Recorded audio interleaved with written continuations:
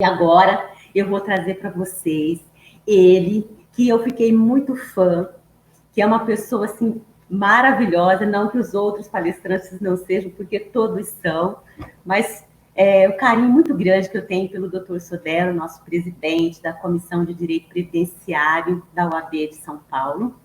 Ele que é professor, palestrante e é presidente da Comissão de Direito Previdenciário e vem aqui hoje para trazer para vocês um tema muito relevante, que é a advocacia previdenciária em tempos de pandemia e no pós-pandemia da Covid, do coronavírus. Gasguei. Então, eu chamo o doutor Sodero aqui, para que ele venha aqui nos brindar com o tema que ele preparou. Doutor Sodero, seja muito bem-vindo. Obrigada por tudo, viu?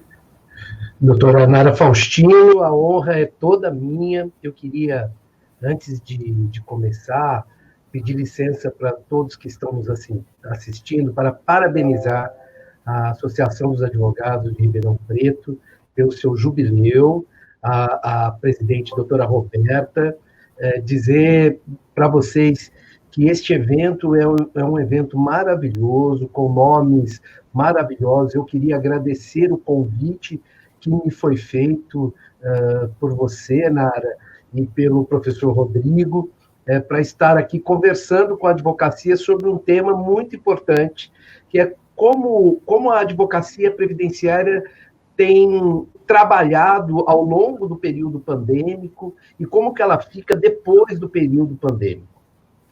Posso começar? Vamos começar. Seja muito bem-vindo e vamos começar. Muito obrigado. Nara, a gente não consegue falar de pandemia, pós-pandemia, sem falar do pré-pandemia. O direito previdenciário, ele passa a ter, em 1988, um caráter constitucional muito importante, de direito fundamental de cada cidadão brasileiro de ter acesso à previdência social e aos direitos que ali estão garantidos. Nós passamos a empoderar pessoas que não tinham poder, pessoas simples do povo, pessoas normais, que o acesso ao direito era muito dificultado ou ele era garantido de alguma forma por normas infraconstitucionais. A partir do momento que a Constituição Federal de 1988, lá no seu preâmbulo, no espírito da Constituição, diz que aquela é uma Constituição cidadã, que visa trazer um estado de bem-estar social, de garantias da dignidade, do cumprimento da dignidade da pessoa humana, e eleva a nível constitucional direitos sociais, passa a empoderar uma série de pessoas que não tinham poder. E, obviamente, e se a gente fizer uma avaliação técnica, esse empoderamento ele não vem só do ponto de vista formal do direito, ele vem do ponto de vista material, quando o artigo 133 da Constituição Federal dá à advocacia a voz qualificada de representatividade do povo brasileiro, da cidadania brasileira, daquilo que eu denomino da nossa gente. Então, esse empoderamento ele não veio só do ponto de vista formal, ele veio do ponto de vista material, da essência deste poder. É verdade que desde a Constituição Federal de 1988, uma parte da sociedade brasileira não ficou feliz de nós empoderarmos pessoas simples. E houve um ataque enorme aos direitos sociais, dentre eles os direitos da Seguridade Social, e dentre os direitos da Seguridade Social, o direito previdenciário. Se nós fizermos uma conta mais ou menos por cima, nós tivemos por volta de 18 reformas previdenciárias em todos os níveis, no regime geral, nos regimes próprios de previdência, ao longo da Constituição Federal de 1988. E desde então, há uma tentativa de minimizar os direitos previdenciários. Já foi discutido que as pessoas deveriam receber um salário mínimo só, já houve discussão que as pessoas poderiam receber menos do que um salário mínimo de benefício, já se tentou, e ainda nos bastidores se tenta, um regime de capitalização de benefícios, ou seja, um regime em que nós teríamos que fazer uma poupança, num país que as pessoas não conseguem poupar, né? Antes da pandemia, a média salarial do brasileiro era de R$ 2.054. Vamos ver como é que fica no pós-pandemia. Nós tivemos questões importantes debatendo alterações no benefício de aposentadoria por tempo de contribuição, no formato de cálculo, na aposentadoria especial, na pensão por morte, nos regimes próprios dos servidores públicos. Bom, vocês sabem disso. Nós tivemos uma quantidade enorme de ataque aos direitos sociais. E isso fez com que o direito previdenciário crescesse muito, a advocacia previdenciária crescesse muito. Houve um aumento sobremaneira da participação do advogado na construção da defesa do direito dos segurados e dos beneficiários da Previdência Social. Todos os senhores sabem que, do ponto de vista de ente estatal, o Instituto Nacional do Seguro Social, o INSS, é o ente estatal que é mais demandado em todo o mundo, né? Os números do Conselho Nacional de Justiça, do CNJ, apontam que 70% das demandas de competência da Justiça Federal são processos previdenciários. E quem faz processo previdenciário? O advogado, que dá voz qualificada a esse contingente de pessoas. No ponto de vista administrativo, essa é uma questão muito interessante. Quando eu comecei a advogar, há muitas décadas atrás, as pessoas batiam as portas do meu escritório para perguntar se aquele mês era bom ou não era bom para se aposentar.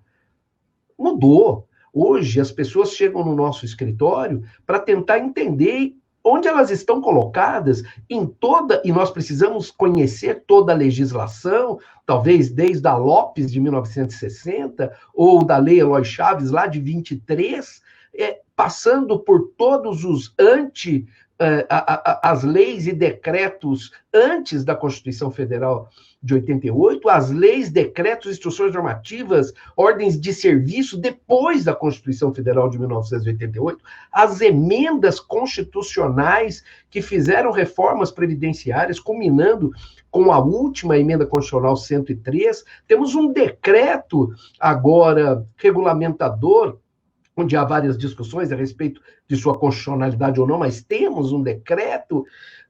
Isso tudo passou pela mão da advocacia previdenciária. Isso fez com que houvesse uma massificação da advocacia previdenciária. Primeiro, porque as pessoas que precisam do direito previdenciário, elas estão morando do lado do advogado previdenciarista. Eu sempre tenho dito para os meus alunos que vocês não precisam, os alunos não precisam, os advogados não precisam montar um escritório de direito previdenciário no lugar mais caro da cidade, na avenida mais importante da cidade, porque a advocacia previdenciária está perto das pessoas. Se a pessoa mora num bairro, numa região, e ela é conhecida ali, o advogado pode montar, a advogada pode montar um escritório. Se ela mora numa comunidade, se ela mora no extremo, na periferia da cidade, vai ter clientes, porque todo mundo precisa do direito previdenciário em algum nível.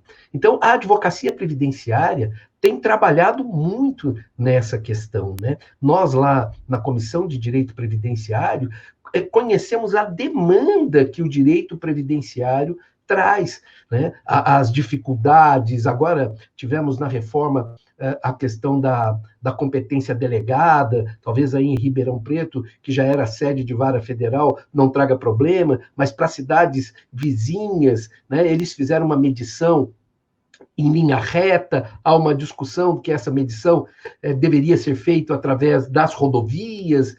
Então, olha só o quanto que a advocacia tem trabalhado no pré-pandemia. E isso tem trazido uma luta danada para a advocacia previdenciária, com alterações, com mudanças de julgamento, dependendo do tribunal que nós estamos trabalhando, né? Nós tivemos uma discussão algum tempo atrás, mas ela ainda permeia as nossas mentes, que foi da desaposentação, com um posicionamento do STJ muito claro que a desaposentação com a nova aposentação era possível, mas chegamos ao Supremo Tribunal Federal e o Supremo Tribunal Federal julgou totalmente o contrário, né? Precisamos entender que antes da pandemia mudou o Código de Processo Civil.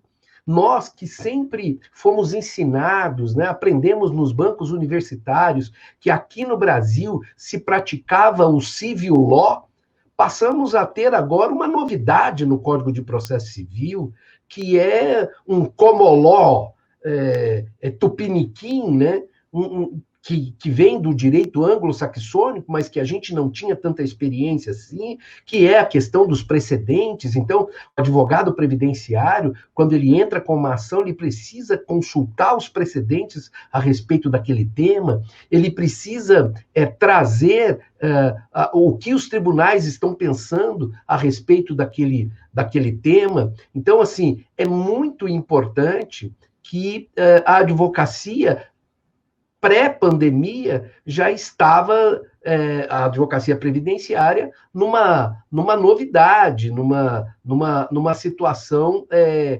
diferente do Código de Processo Civil, né? Então, nós temos uma construção no pré-pandemia que a advocacia previdenciária trabalhou muito, né? Quando nós chegamos no ano passado, nós tivemos o projeto de emenda constitucional, né, a proposta de emenda constitucional, a PEC 06, em que o Estado trouxe uma chamada nova Previdência, né? Essa nova Previdência com o intuito de criar uma novidade que seria uma idade mínima para a aposentadoria, sobre um pretexto econômico-financeiro de déficit na Previdência Social, um déficit que tem muita controvérsia, que tem muita discussão. O Congresso Nacional fez um debate muito polarizado, né? Eu entendo, inclusive, que o debate que foi realizado no Congresso Nacional foi um debate formal, não foi um debate real, né? Eu mesmo tive a oportunidade de ser convocado lá como representante da OAB São Paulo e do Conselho Federal da OAB para discutir inconstitucionalidades que nós entendíamos da proposta de emenda constitucional, mas os congressistas, né, os nossos legisladores não queriam ouvir questões de natureza técnica. A polarização da discussão política polarizou também a discussão da reforma da Previdência. Conseguimos, é verdade, com muito trabalho da advocacia previdenciária, do Conselho Federal da OAB, da Ordem dos Advogados aqui de São Paulo e de outras seccionais, dos institutos de direito previdenciário, o IEPREV, o IBDP, o IAPE, dentre outros institutos, conter um pouco a questão da reforma da Previdência, evitando, num primeiro momento, convencendo uma parte do Congresso Nacional, num primeiro momento, que o regime de capitalização seria catastrófico no Brasil. Mas as reformas foram muito duras, né? Eu fico pensando que quando se trata... Eu ainda hoje vejo as pessoas dizendo, não, a gente precisava de uma idade mínima mesmo, porque as pessoas aqui no Brasil se aposentam cedo, né? Primeiro que é estranho, né, as pessoas dizerem, aqui no Brasil as pessoas se aposentam cedo. Se elas se aposentam por tempo de contribuição e aposentam cedo, é porque elas começam a trabalhar cedo. As pessoas no Brasil são obrigadas a trabalhar cedo, porque elas precisam ajudar suas famílias a conseguir se sustentar, né? Eu talvez seja um exemplo disso. Eu comecei a trabalhar com 12 anos de idade, nunca mais parei, né? Então, poxa vida, por por que não olha para a estrutura, para a conjuntura da sociedade brasileira, né? Quando se estabelece 62 anos para mulher e 65 anos para homem como idade média, será que eles olharam a periferia das nossas cidades, né? Eu tenho um trabalho que eu sempre gosto de mostrar quando estou presencialmente fazendo as minhas palestras, que é um mapa da cidade de São Paulo. E esse mapa da cidade de São Paulo tem um trabalho da Prefeitura de São Paulo que mostra a taxa de sobrevida dos moradores, dependendo do bairro, dos bairros que eles moram em São Paulo. E os trabalhadores que moram na periferia de São Paulo, no extremo da Zona Leste, no extremo da Zona Sul, no extremo da Zona Norte, no extremo da Zona Oeste, estes trabalhadores não chegam a 62 a 65 anos de taxa de sobrevida, ou seja, essas pessoas não conseguem se aposentar nessa idade mínima que foi eleita pelo governo federal e pelo Congresso Nacional. Então, olha o trabalho, as questões que envolvem o trabalho da advocacia na pré-pandemia, né? Mas com toda a discussão formal que teve, em novembro do ano passado, então, foi aprovado a Emenda Constitucional 103 de 2019. E aí, ela passou a ter vigência num determinado momento. E quando ela passa a ter vigência, logo na sequência nós temos a pandemia invadindo o mundo e invadindo a nação brasileira, com necessidade do governo brasileiro tomar posicionamentos. E as discussões a respeito da aplicação da reforma, embora ela já vigente, ficou um pouco estagnada, até nós entendermos o que é que estava acontecendo com a tal da pandemia.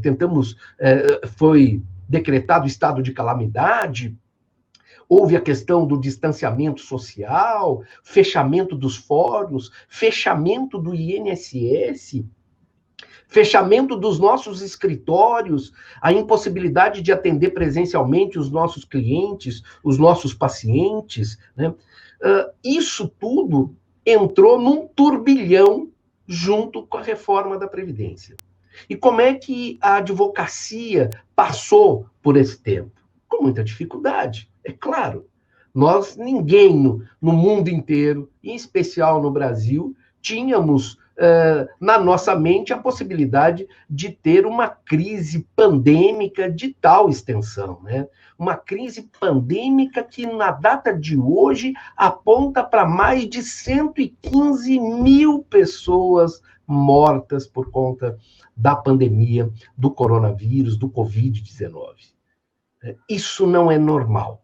Eu vejo as pessoas falando, nós temos um novo normal, e eu fico me perguntando, que novo normal é esse, aonde nós estamos pesarosos pela morte de mais de 115 mil pessoas, e os números apontam que nós devemos avançar aí para 160, 170, 200 mil pessoas falecidas por conta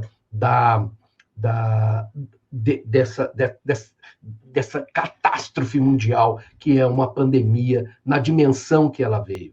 Então, tivemos dificuldades, a advocacia teve dificuldades, houve a necessidade da OAB socorrer pessoas, né? Eu sei, os números são grandes, mas mais de 35 mil advogados buscaram uma cesta básica de R$100 na OAB para poder se alimentar, para poder comer. Então, a advocacia foi afetada, obviamente. A jovem advocacia, aquele advogado que se recém-formou, que estava abrindo seu escritório, já tinha aberto há algum tempo, já estava tentando caminhar no direito em qualquer das suas áreas, mas também no direito previdenciário. Poxa, teve que fechar escritório porque não tinha cliente, não tinha dinheiro, né? Não tinha como pagar. Então, a pandemia trouxe dificuldades enormes, mas também a pandemia apontou possibilidades de saúde, né? Aqui, eu também sou do interior de São Paulo, eu nasci numa cidadezinha pequenininha que chama Cachoeira Paulista, E hoje resido em Pindamonhangaba, onde tenho escritório, e tenho também em São José dos Campos, né? E aqui no interior a gente tem várias questões que o caipira fala aqui no interior, né? E uma das questões que o caipira fala é: vamos fazer deste limão uma limonada. E acho que tem algumas questões que são positivas do tempo da pandemia. Primeiro, que essa é uma questão muito importante, né? Quando a gente fala de pandemia, quando a gente fala de isolamento social, quando a gente fala que a gente não pode sair para a rua, que a gente precisa proteger a nossa saúde e a saúde das outras pessoas, nós estamos apontando que nós devemos pensar mais na situação coletiva da sociedade. A partir de 1994, quando nós tivemos uma estabilidade econômica na nossa moeda, quando foi criado o real, foi muito interessante para a sociedade, porque a sociedade começou a ter noção de quanto que valia o seu dinheiro, né? Nós chegamos a ter, antes do real, inflação de 84,32% ao mês. Ao mês. Né? Nós tínhamos uma função, um cargo em alguns mercadinhos, supermercados, que era do remarcador de preço. A partir de 94, isso mudou, a gente conseguia entender que a gente podia juntar dinheiro para comprar um sofá, fazer o financiamento de um automóvel, arrumar a nossa casa com algum tempo, porque a inflação não seria tão grande, e nós passamos a cuidar da nossa vida individual, daquelas pessoas que estão dentro do nosso núcleo familiar. E esquecemos, no entanto, de cuidar das pessoas do nosso redor, do coletivo. As pessoas esqueceram, nós, né? Nós esquecemos que quando as pessoas de fora do nosso ambiente não estão bem, se a situação econômica, financeira dessas pessoas não está bem, se os direitos da coletividade não são respeitados, isso afeta a nossa individualidade. Então, o primeiro ponto que eu coloco no pandemia é esse olhar, essa visão mudada para a ideia do coletivo. Quando eu não saio na rua para não me contaminar, mas também para não contaminar as outras pessoas, eu preciso pensar no coletivo. Essa é uma reflexão que nós devemos fazer.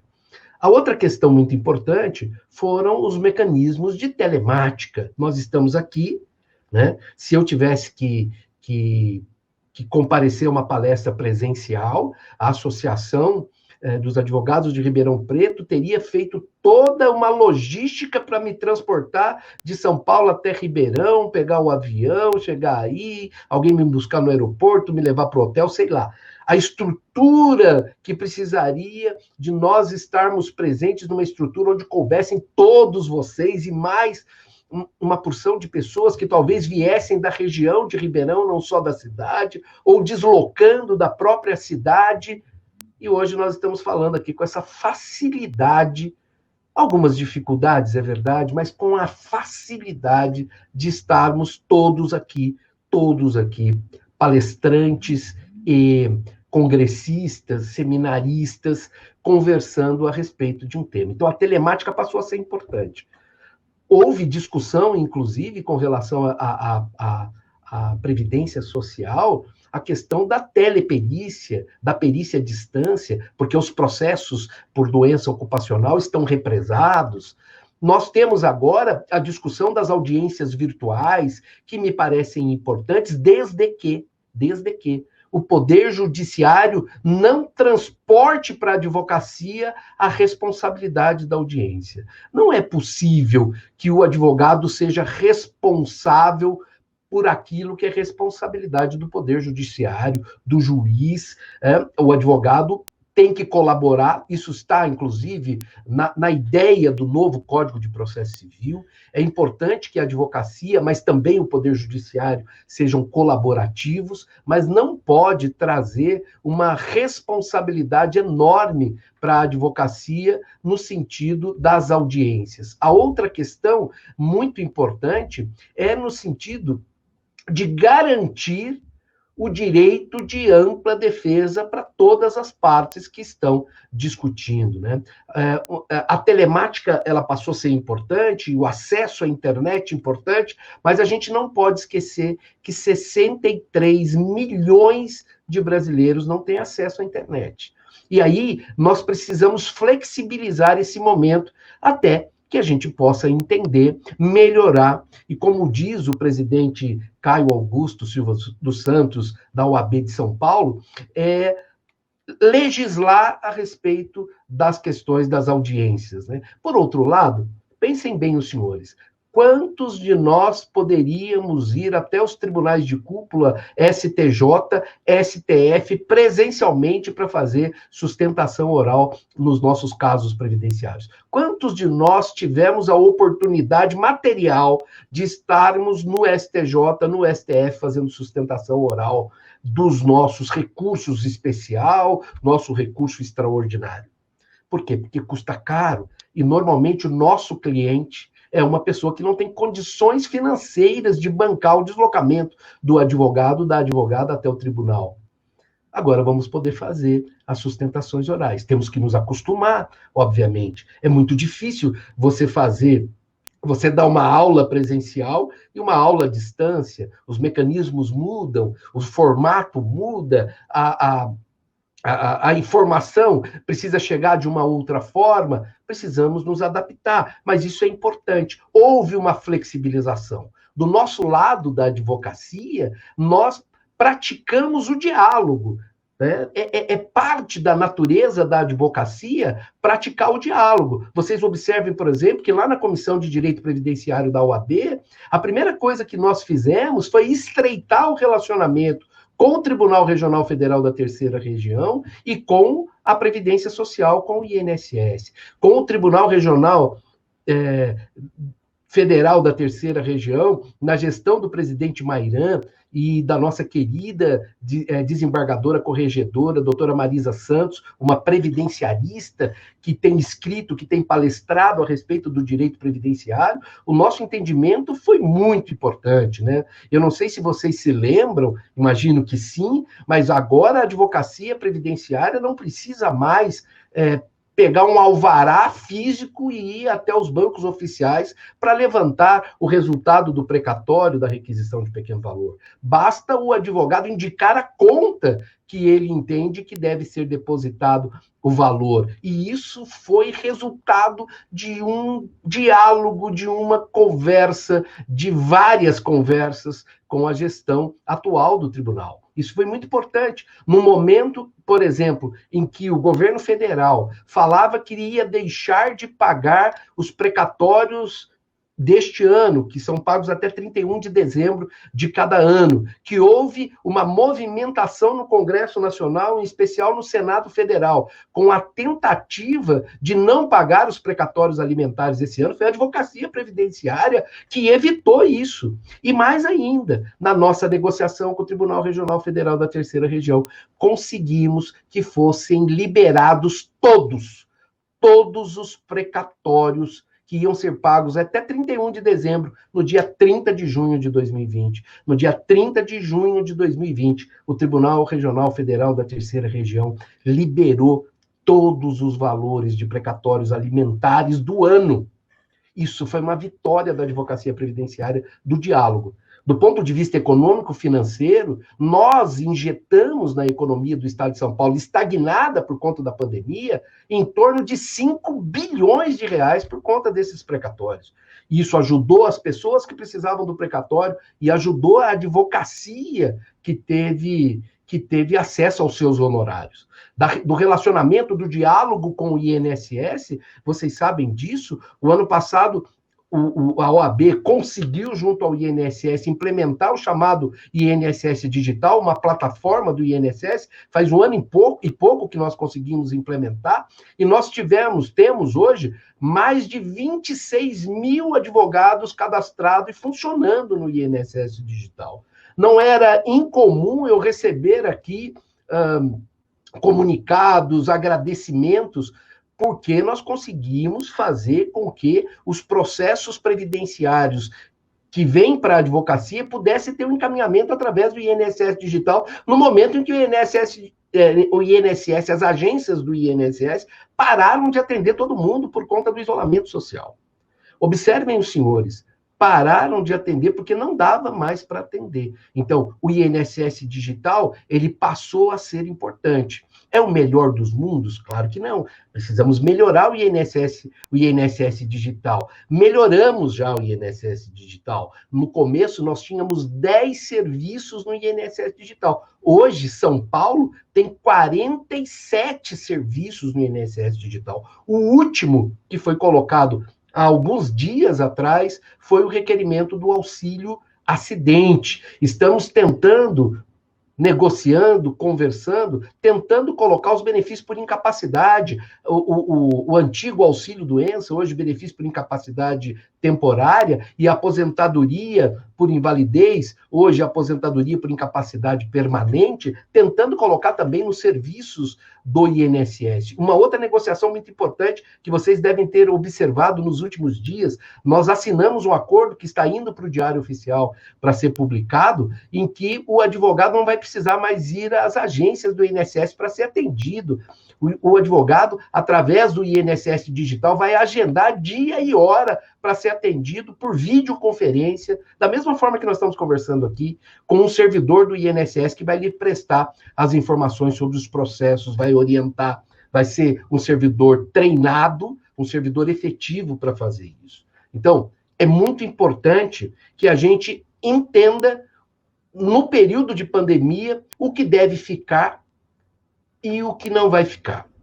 Me parece que as questões de telemática, de videoconferência, de audiências, de sustentação oral, essas questões vieram para ficar. E aí nós precisamos nos adaptar. É muito difícil a gente se adaptar, né? Mas a gente precisa se adaptar. Estava lembrando esses dias, quando meu pai contou para mim a revolução, meu pai foi advogado lá das antigas, né? E meu pai contou para mim a revolução que foi quando o juiz que dava despachos e sentenças à mão passou a utilizar da máquina de escrever. A máquina de escrever. Pessoas da minha época fizeram o curso de datilografia. Eu fiz também. Diziam, vai ser nula a decisão, porque imagina que o juiz vai escrever a decisão dele através de uma máquina. Ele tem que escrever na mão dele para ficar claro que é ele que está decidindo. Olha só. Né? Hoje a gente já fala de um processo judicial eletrônico que nós tivemos que nos adaptar com um certificado digital para poder peticionar. Então tem muita coisa que a advocacia precisa se preocupar. Fora o pós-pandemia. A pergunta que me fazem, a advocacia previdenciária vai acabar? E a resposta, claro que não. Nós estamos vendo aí o contingente de processos que nós vamos entrar. Nós tivemos um decreto novo, nós tivemos uma reforma previdenciária que vai exigir da advocacia. Hoje fala-se na advocacia contenciosa, mas fala-se na advocacia de consultoria. As pessoas chegam no nosso escritório, no escritório de vocês, para fazer planejamento previdenciário, para ver como é que vai ficar a vida dele. Então, a advocacia previdenciária não vai acabar, mas ela vai se qualificar. Né? Ela precisa se qualificar. O advogado que se perder, que não se qualificar no direito previdenciário, vai ter muitas dificuldades de poder, de fato, orientar, assessorar, entrar com processos judiciais, etc. e tanto. É importante, neste momento, que a advocacia faça, com relação às reformas que tiveram, uma resistência contra as reformas, mas é uma resistência qualificada, do ponto de vista das discussões nos tribunais sobre aquilo que foi discutido e que a gente acha que é ilegal, que é inconstitucional, e isso acontece também no decreto 10.410 de 2020. É necessário que a advocacia se organize, é necessário que a gente organize o nosso escritório. Estava ontem numa live falando sobre a Lei Geral de Proteção aos Dados para o escritório. Nós trabalhamos com dados sensíveis de clientes que chegam doentes com atestados médicos, com exames médicos, isso tudo vai passar pela nossa mão e nós precisamos nos organizar porque nós somos responsáveis por esses dados que estão em nossas mãos. Então, a advocacia previdenciária, ela tem um papel importante. Em tempos pré-pandemia, em tempos pandemia e em tempos pós-pandemia. E qual é essa tarefa importante? essa tarefa importante é aquela que eu falei no comecinho da minha fala. Quando o Estado brasileiro, a nação, qualifica, dá voz para essas pessoas que não tinham acesso a direitos, acesso à justiça, e constitucionaliza direitos, vem junto com essa constitucionalização de direitos prerrogativas do artigo 133 da Constituição Federal. Isso faz com que essa gente, essa nossa gente, essa gente brasileira, essa gente tupiniquim, tenha do seu lado uma advogada, um advogado qualificado para lhe dar uma voz também qualificada. Então, é papel da advocacia, no pré-pandemia, durante a pandemia e no pós-pandemia, estar preparado para recepcionar o seu cliente, a nossa gente, na garantia da qualidade da voz. Precisamos fazer uma campanha de valorização da advocacia previdenciária. O AB São Paulo já começou a fazer isso. Vocês viram que nós apresentamos uma nova tabela de honorários advocatícios para a advocacia previdenciária. Hoje, cada um dos senhores e das senhoras tem uma tabela para mostrar para o cliente. Estabelecemos aquilo que é proveito econômico, conceituamos para evitar as discussões. Estamos organizando vários simpósios, podcasts, e-books para falar da valorização da advocacia previdenciária, mas a valorização da advocacia previdenciária acontece aí. A valorização da advocacia previdenciária acontece aí com cada advogado, com cada advogada que nós estamos conversando. Você, advogado ou advogada, você é credor da minha admiração e do meu respeito por dar voz qualificada a cada cidadão brasileiro. E é nesse sentido que você deve se sentir empoderado, que você deve se sentir forte, olhando para frente, olhando firme, sabendo que a sociedade precisa respeitar o seu trabalho, que o juiz precisa respeitar o seu trabalho, que o cliente precisa respeitar o seu trabalho e que a Previdência Social deve muito ao seu trabalho. Nara, era isso que eu tinha para passar num primeiro momento. Eu acho que o meu tempo já se esgotou e eu me coloco à disposição. Espero que eu tenha trazido alguma informação importante para o seu público, agradecendo de novo você, o professor Rodrigo, a doutora Roberta, parabenizando pelo jubileu que a Associação dos Advogados de Ribeirão Preto comemora neste período. Olha, não tivemos perguntas. A sua explanação foi excelente, foi muito clara, foi bem precisa e acredito que seja até por isso que não tem as perguntas.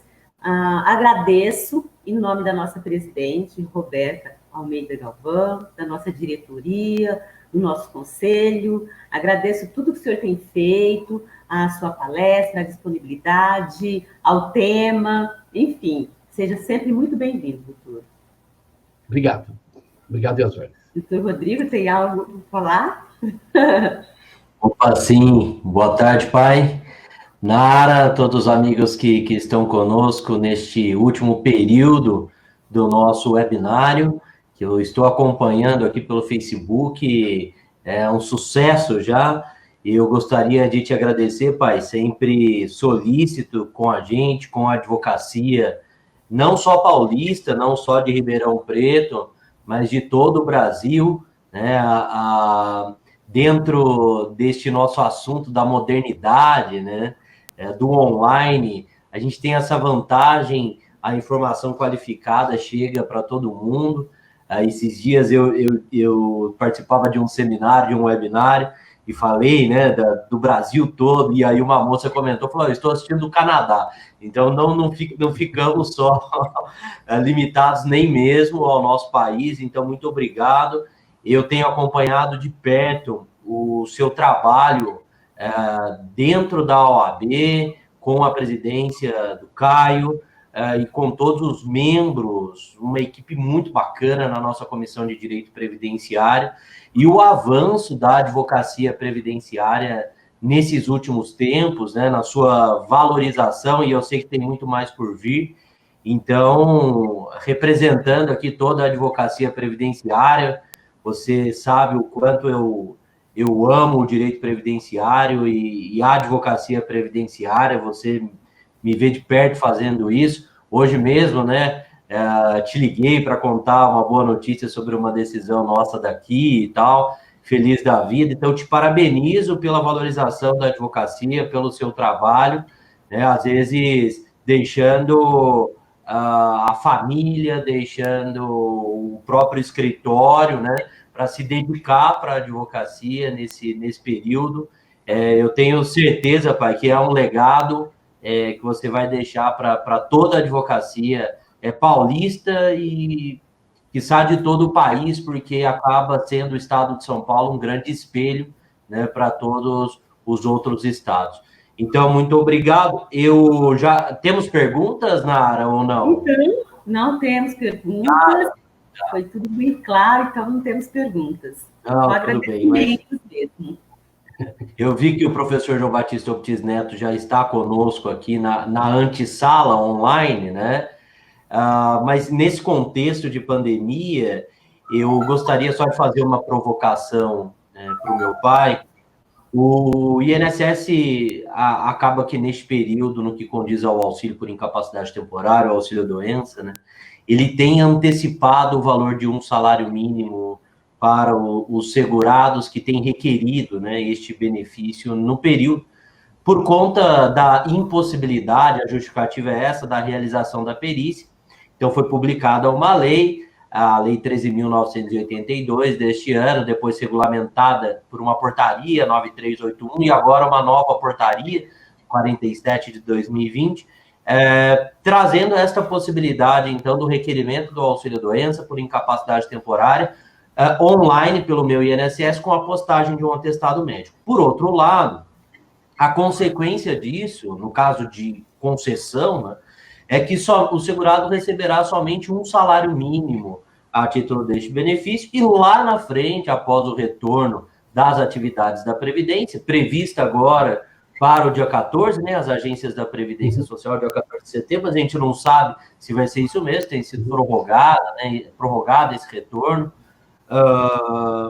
Mas eu queria, pai, que você falasse para a advocacia, né, desta situação e vou deixar a redundância necessária, né, pensando especialmente naquele alguém que contribuiu sobre um salário de contribuição expressivo, muitas vezes, né, fez o seu papel, foi solidário com o regime previdenciário, e hoje, quando passa por uma situação ruim, né, de risco social, está incapaz temporariamente para o trabalho, se vê encurralado com a única possibilidade, em princípio, de receber um salário mínimo, quando muitas vezes teria direito a receber um benefício de valor muito mais interessante, né? Então, eu queria que você comentasse o que você pensa a respeito, sobre as possibilidades que você enxerga neste contexto.